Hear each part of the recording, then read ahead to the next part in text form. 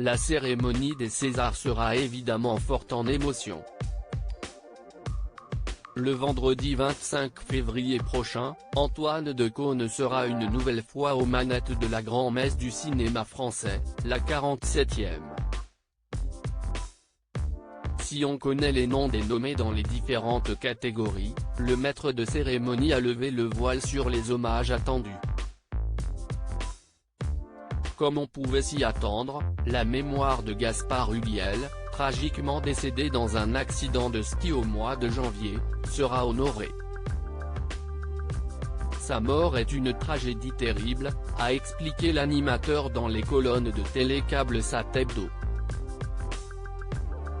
Je pense que nous allons simplement lui dédier la soirée et faire un bel extrait en ouverture.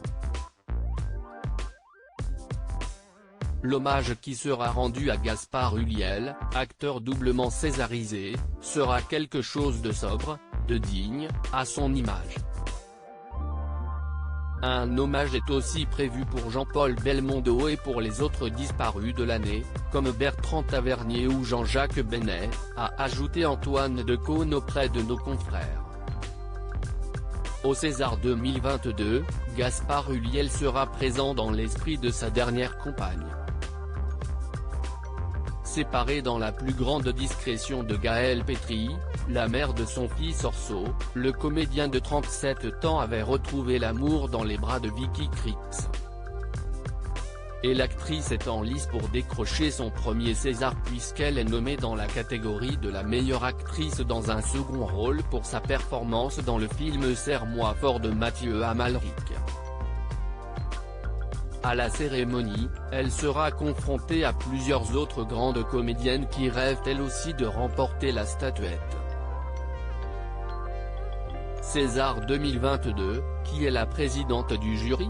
À ses côtés, on retrouvera Leila Bekti, pour Les Intranquilles, Valérie Lemercier pour Aline, Léa Seydoux pour France, Valéria Bruni Tedeschi pour La Fracture, Virginie Efira pour Benedetta et Laure Calamy, qui a remporté le prix l'année dernière, pour Une femme du monde.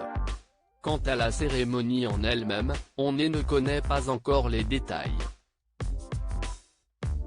J'ai envie de remettre le cinéma au cœur de la soirée. J'ai envie qu'on célèbre à la fois le cinéma comme un art et comme un divertissement.